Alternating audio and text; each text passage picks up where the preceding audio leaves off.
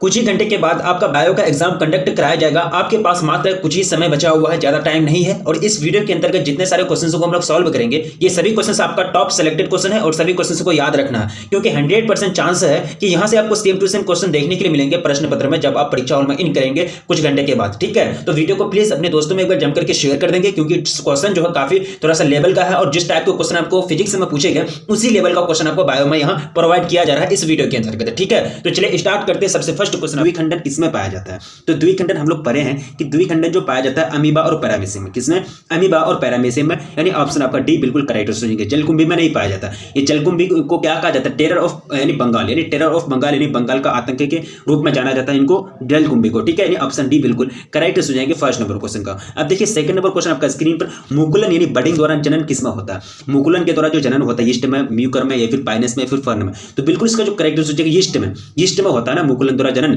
और यीस्ट को एक तरह से फर्मेंटेशन के रूप में इस्तेमाल किया जाता है। ठीक है, यानी ऑप्शन आपका ए बिल्कुल करेक्ट हो जाएंगे सेकंड नंबर क्वेश्चन का। अब देखिए क्वेश्चन नंबर थर्ड, काफी सिंपल क्वेश्चन है जी, कोई टफ क्वेश्चन नहीं होते हैं।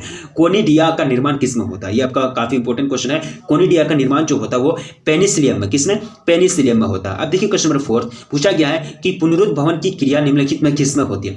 पुनरुत्थ भवन की जो क्रिया होती है निम्नलिखित में किसमें होती है? तो ये अस्पंजों में होती है। कहां? अस्पंजों में पुनरुत्थ भवन की क्रिया पाई जाती है। ऑप्शन ए बिल्कुल करेक्ट हो जाएंगे फोर्थ नंबर क्वेश्चन का। अब देखिए क्वेश्चन नंबर 5 आपका स्क्रीन पर, जलकुंभी 6500 से अधिक पौधे कितने माह में उत्पन्न कर सकता है? कितना माह चाहिए? यानी एक जलकुंभी है उससे 6500 से अधिक पौधे और विकसित हो जाते हैं। कितने टाइम लगते हैं विकसित होने में? तो ये जो टाइम लगते हैं कम से कम 8 मंथ का। कितना? 8 मंथ का टाइम लगता है, 8 महीना का टाइम लगता है। ऑप्शन आपका ए बिल्कुल राइट हो जाएंगे 5 नंबर क्वेश्चन का। अब देखिए प्रथम आनुवंशिकी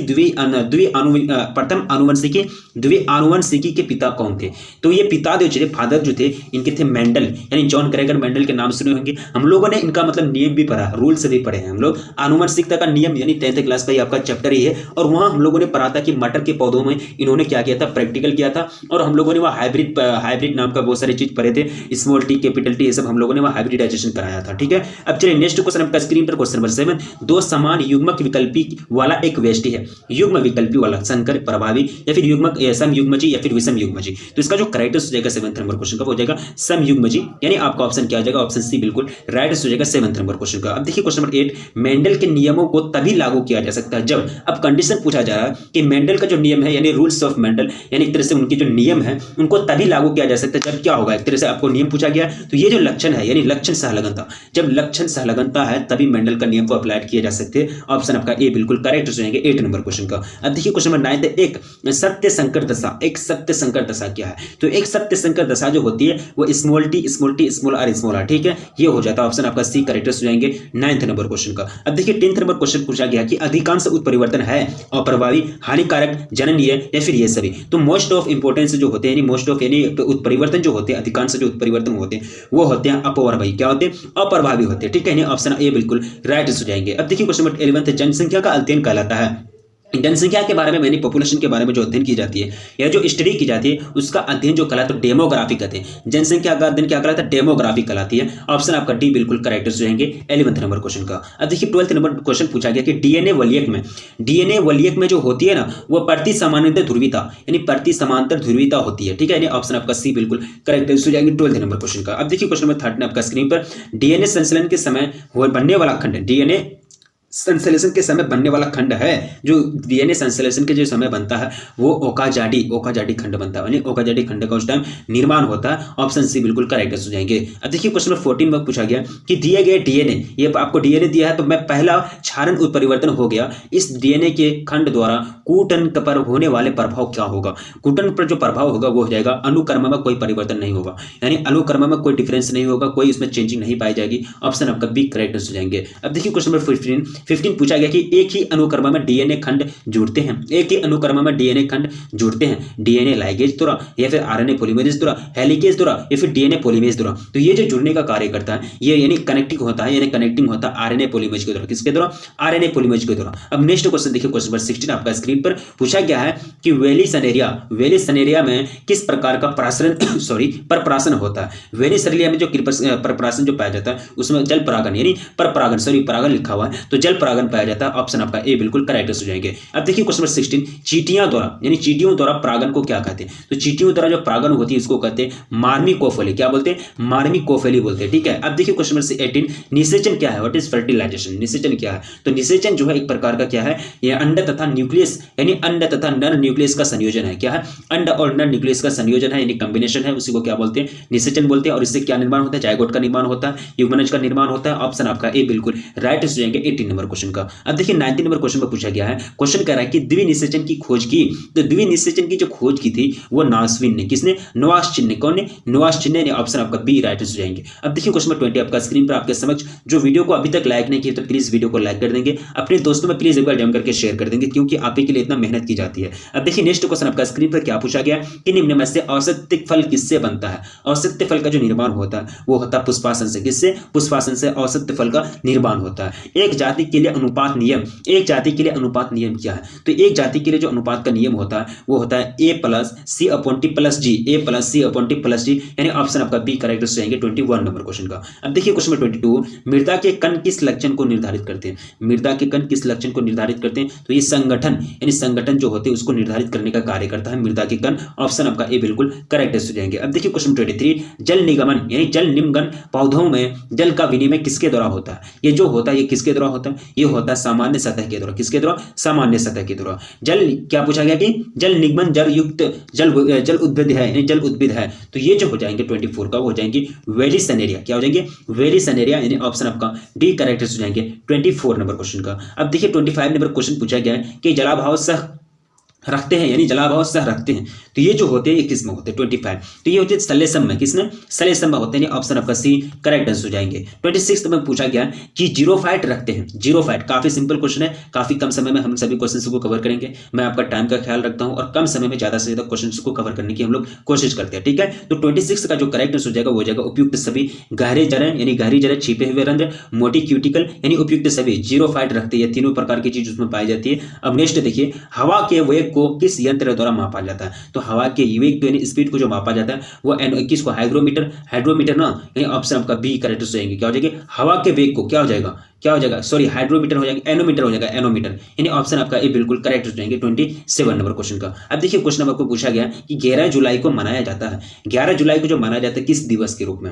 इस दिवस के रूप में सेलिब्रेट किया जाते हैं, तो उनको विश्व जनसंख्या के दिवस के रूप में यानी वर्ल्ड पॉपुलेशन डे के रूप में उनको सेलिब्रेट किए जाते हैं 11 जुलाई को, ठीक है। अब नेक्स्ट देखिए क्वेश्चन नंबर 29 आपका स्क्रीन पर आपके समक्ष रखा गया कि अधिकतम ह्यूमस की मात्रा पाई जाती है। अधिकतम ह्यूमस की जो मात्रा पाई जाती है सबसे निचली परत में या फिर ऊपरी परत में या फिर मध्य परत में या फिर सभी जगह समान? तो अधिकतम ह्यूमस की जो मात्रा होती है सबसे ऊपरी परत में पाई जाती है, यानी फर्स्ट सबसे टॉप में जो लेयर रहता है उसी में अधिकतम ह्यूमस की मात्रा पाई जाती है। यानी टॉप में जो लेयर है, जैसे कि मिट्टी का लेयर कितना है, जमीन का लेयर सबसे टॉप यानी क्या हो जाएगा? मृदा हो जाएंगे। तो मृदा में जो होती है ह्यूमस की मात्रा ज्यादा पाई जाती है। ऑप्शन आपका बी करेक्ट हो जाएंगे 29 नंबर क्वेश्चन का। अब देखिए 30 क्वेश्चन पूछा गया कि मानव जनसंख्या का अध्ययन कहलाता है, तो क्या कहलाता है? इसको डेमोग्राफी कहलाता है। मानव जनसंख्या का अध्ययन को क्या बोलते हैं? डेमोग्राफी बोलते हैं। ऑप्शन आपका बी बिल्कुल करेक्ट हो जाएंगे। अब देखिए क्वेश्चन नंबर 31, पौधों जो यानी पौधे जो चट्टानों पर उगते हैं कहलाते हैं। जो चट्टानों पर उगने वाले जो पौधे होते हैं उसको कहते हैं लिथोफाइट। क्या बोलते हैं? लिथोफाइट, यानी लिथोफाइट वैसा पौधा है जो चट्टानों में उगते हैं। लिथोफाइट यानी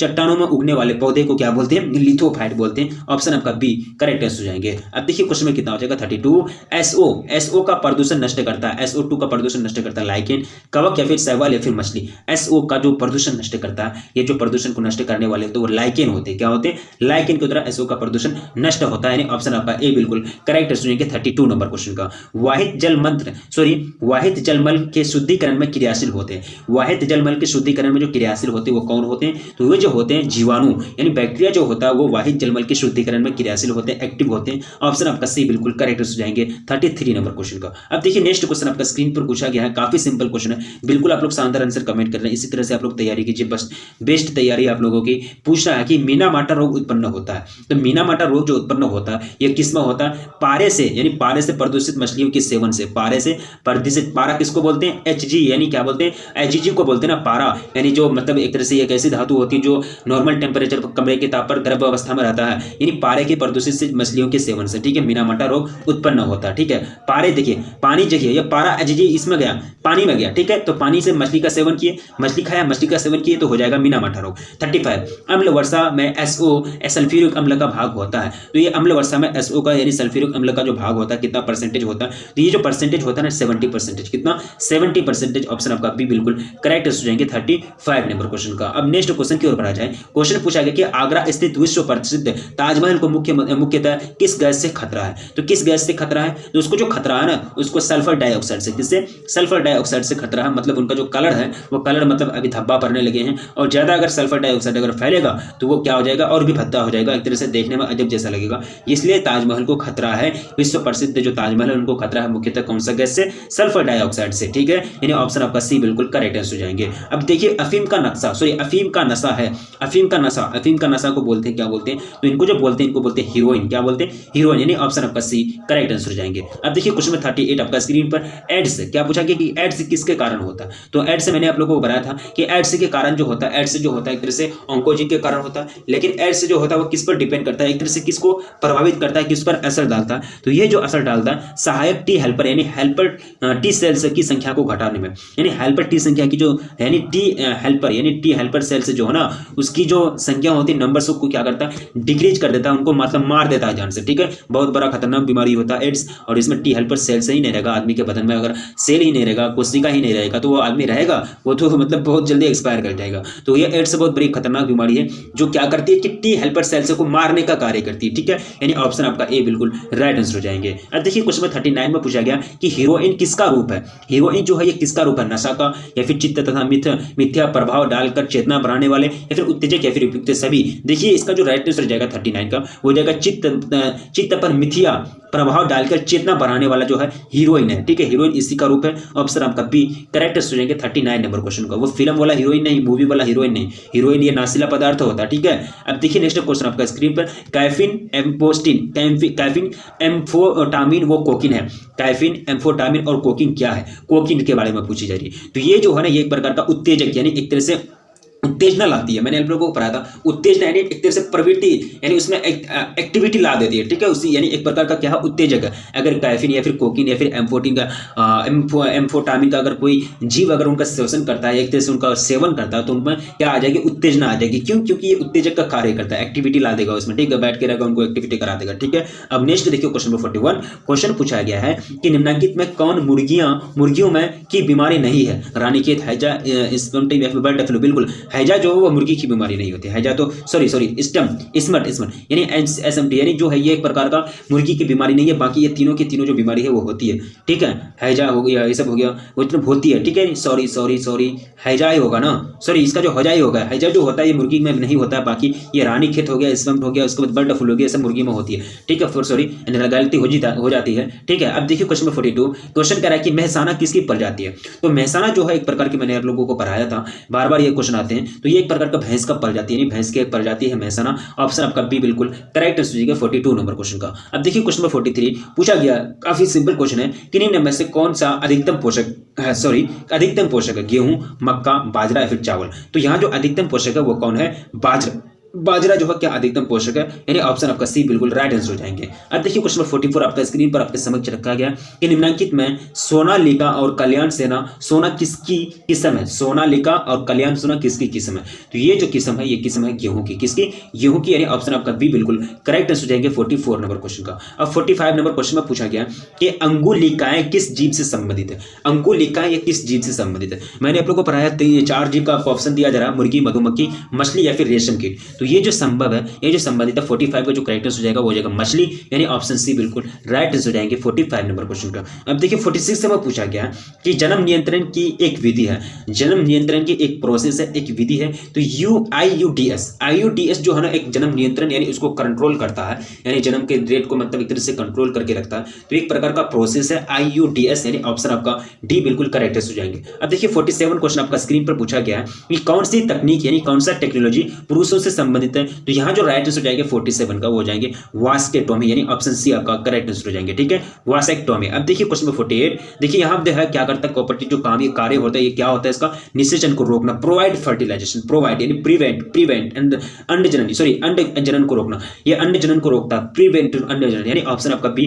करेक्ट आंसर हो जाएंगे। ठीक है, उसके बाद क्या होता है कि फर्टिलाइजेशन नहीं होता। ठीक है, यहाँ मेन जो पर्पस रहता है वो क्या करता है कि फर्टिलाइजेशन को रोकना है, एक तरह से जनसंख्या दर को रोकना है। ठीक है, अब देखिए स्तन स्तनपान अनार्तव संबंधित है। स्तनपान अनार्तव संबंधित है, तो ये जो संबंधित है ये संबंधित है एक यौन संचालित रोग है। ऑप्शन आपका डी बिल्कुल करेक्ट आंसर हो जाएंगे। 40 नंबर क्वेश्चन आपका, सॉरी 50, ह्यूमन इम्यूनोडिफिशियंसी सिंड्रोम किसके कारण विकसित होता है? ये जो होता है किसके कारण, यानी किसके कारण विकसित हो सकते हैं? तो ये जो ह्यूमन इम्यूनोडिफिशियंसी क्या बोलते हैं? HIV बोलते हैं ना, यानी HIV का फुल फॉर्म ही दे दिया, ह्यूमन इम्यूनोडिफिशियंसी सिंड्रोम किसके कारण? बिल्कुल एड्स विषाणु के कारण, यानी एड्स विषाणु के कारण क्या होता है, मतलब ह्यूमन HIV होता है एड्स विषाणु के कारण, एड्स विषाणु, यानी एक तरह से ऑप्शन आपका सी बिल्कुल करेक्ट हो जाएंगे 50 नंबर क्वेश्चन का। तो ये सभी क्वेश्चन मोस्ट इंपोर्टेंट है, यहाँ से बार बार क्वेश्चन बोर्ड एग्जाम में पूछे जा चुके हैं, तो इसलिए सभी क्वेश्चन को याद रखने का प्रयास करेंगे।